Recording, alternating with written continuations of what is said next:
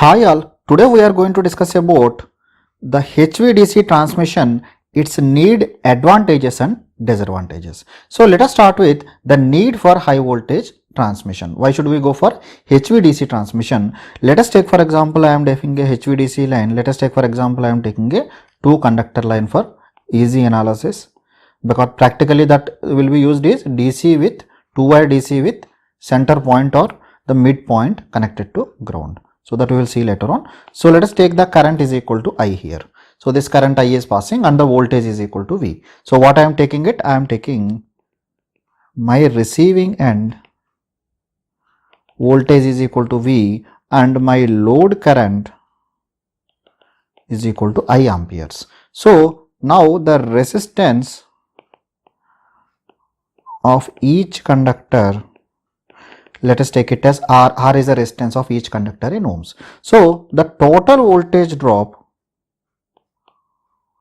will be equal to the current I multiplied by the resistance R multiplied by total 2 conductors are there. So it will become 2 times of IR. So the supply voltage or the voltage at the supply end. So in the supply end, how much voltage we have to transfer? It will be the load voltage plus the voltage drop. So minimum this much voltage should be transmitted from the source.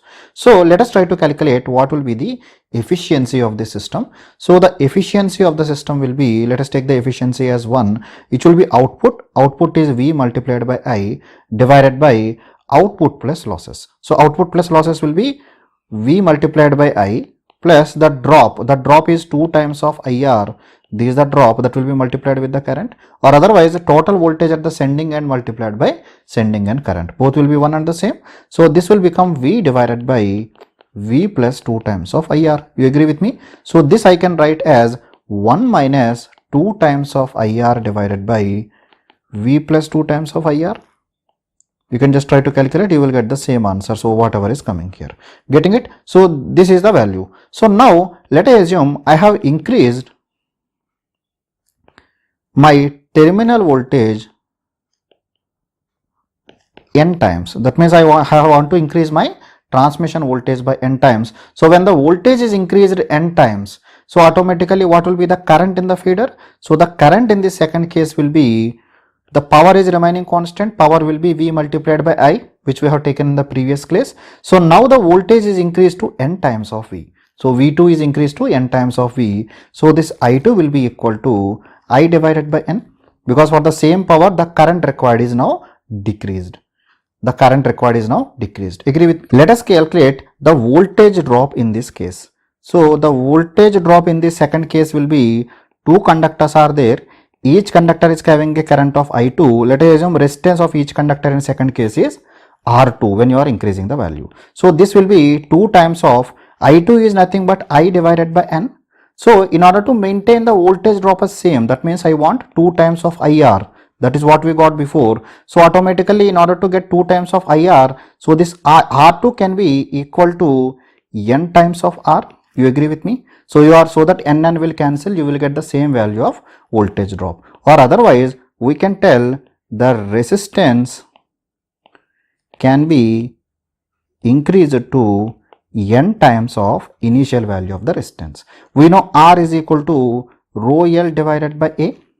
So when this value should be decreased, so automatically value of the R is increased, so automatically the value of area, the area should be decreased only. So what is the new value of the area? That new value of area will be n times, or we can tell the area of cross section of the conductor can now be decreased by whatever is the initial value of the area divided by n times, because area of cross section can be decreased. That is a benefit of this. When the area of cross section is decreased, automatically the amount of copper that is required is decreased, so automatically the cost of the line is decreased. So initial investment is decreased. But let us see what will be the effect of efficiency on this because of decreasing the size of the conductor and increasing the voltage by n times. So efficiency will be equal to output divided by input. You agree with me? So this I can write as voltage becomes n times of V, and now the current, this is becoming equal to I multiplied by n. This will be taken as a product divided by the value of the input is the current is I by N and the voltage at the sending end will be NV at the receiving end plus the drop is 2 times of IR because voltage drop is maintained same.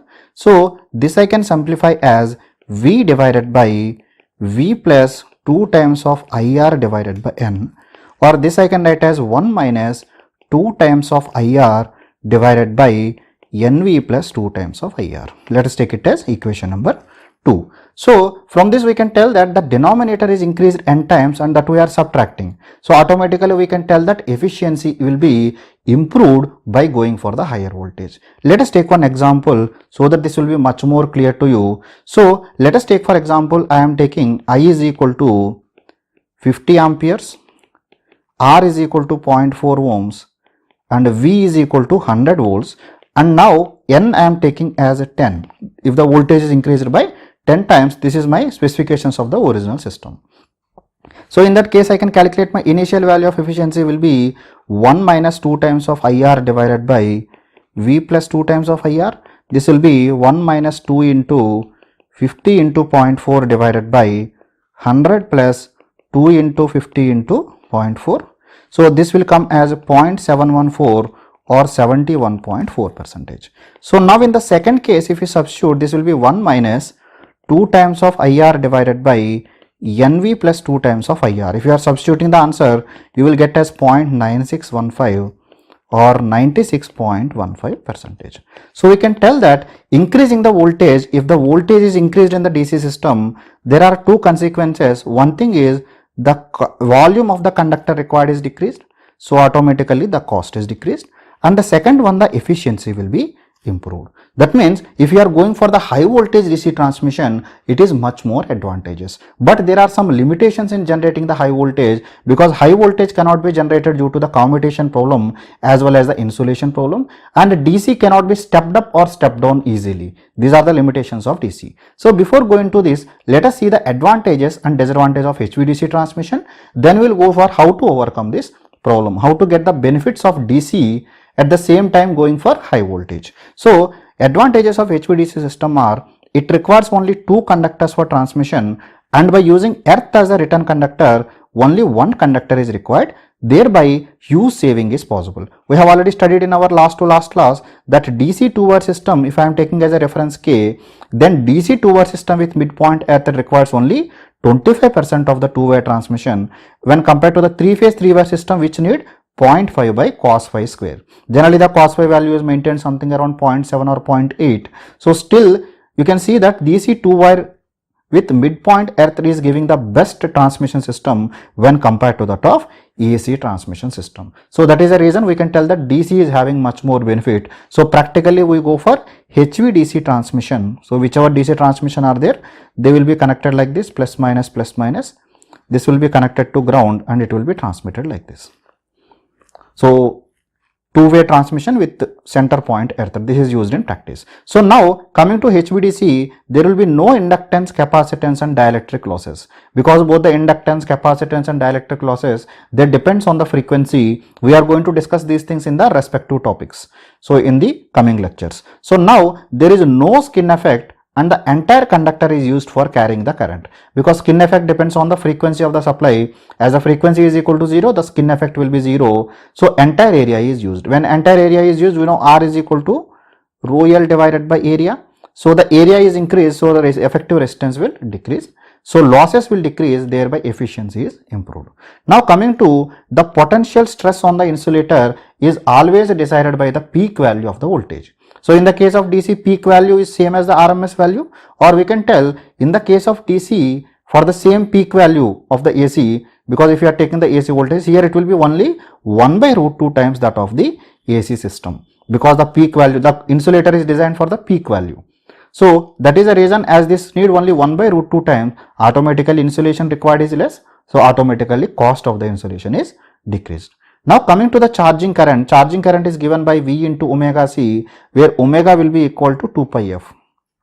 So as here the frequency is equal to 0, so the charging current is equal to 0. There are no losses due to charging current. That is another benefit of this one. Now there is a less corona loss and reduced interference with communication circuits. So these things I have discussed in interference with the telecom lines on the corona topics. You can please refer there in detail. As there is no inductance, there will be less voltage drop. As the voltage drop is less, we can tell it is having very good voltage regulation. So but there is a disadvantage. Power cannot be generated at high voltage due to commutation problem and insulation problems. So and the second disadvantage, the power cannot be stepped up or stepped down in the DC. That is a disadvantage. But in the AC it is possible because there is a device called as the transformer. So what is the better solution for this? So better problem is, in order to avoid the commutation problem, go for the AC generator or AC system. Generally 3-phase AC is used because size of the machine for a given value or the rating will be smaller in the case of AC, or for a given size of the machine more power can be produced in AC 3-phase system. So AC system, and then stepped up to the required voltage, and then what we will do, we will convert to DC before transmission. I have already proved you increase in the voltage, what is the advantage. So the voltage is stepped up like this, generation is there, a step up transformer is used to step up, then a rectifier will be used for rectifying it or convert to DC, and it will be transmitted over long distance. Then again one inverter will be used at your receiving end or the outskirts of the city, which will convert the DC to the required frequency of AC. Then a step down transformer is used, and then it is supplied to the distribution systems. So this is the best way of operating using DC. So using this system, what are the advantages? The advantages is, as it is independent of the frequency, because transmission is DC, it is independent of the frequency. So sending end and receiving end networks can operate at different frequencies. Not even sending end and receiving end, whichever the interconnected systems are there, they may be operating at different frequency and different voltages. We can use the transformer, bring to the same voltage, just convert to the DC, then DC can be combined together. So there is no problem of the stability concern. And second advantage is, there is no limit of the distance over which it can be transmitted due to absence of inductance and capacitance. In the case of AC, the power that can be transmitted will be equal to V1 V2 by X into sin delta. V1 is the sending end voltage, V2 is receiving end voltage, delta is the angle between sending end and receiving end voltage, and X is the reactance of the line. So in the case of DC, all these problems are not there because the reactance concept is not there. It can be transmitted over huge distances.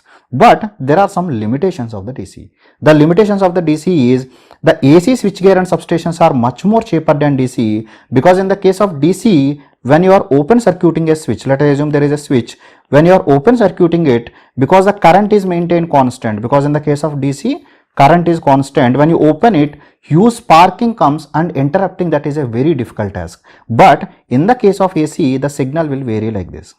That means there will be instant where it will go through the zero crossing. At the instant of zero, current will be equal to zero, voltage zero. It will be very easy to separate out the switch or open the switch at this current zero position. So that is the advantages of AC. So these things we are going to discuss in circuit breakers topic in detail. So from this I am summarizing, the HVDC is having much more advantages when compared to AC. But there are some limitations of HVDC. The limitation is designing of the switchgear for HVDC is very difficult task, and the converter, because we are using a rectifier at the sending end and a inverter at the receiving end, so that has some efficiency, because efficiency will not be 100%, and that efficiency cannot match with that of the transformer in the case of AC, which is the most efficient device in electrical engineering. So because of that problems and the switching problems, that means at what frequency they will operate, the harmonics that will be produced. So because of those issues, still HVDC is operated very less often in practice because of the problems of the switchgear, and the second one is converter and the inverter circuits. But nowadays, due to advancement of power electronic circuit, nowadays people are gradually shifting to plus or minus 500 kV DC transmission. That means one conductor will be plus 500 kV, second conductor will be minus 500 kV. I told you that this will be DC 2 wire with midpoint earth. So this will be plus minus plus minus. So like this we can transmit, because this is at negative voltage and this will be at more positive voltage. This point, center point is earth. Only two conductors are required. I hope what are the advantages, disadvantages and need for high voltage DC transmission are clear to you. If you still have any queries, you can leave your comments in the comment section below. I will answer to your queries from there. Thank you very much.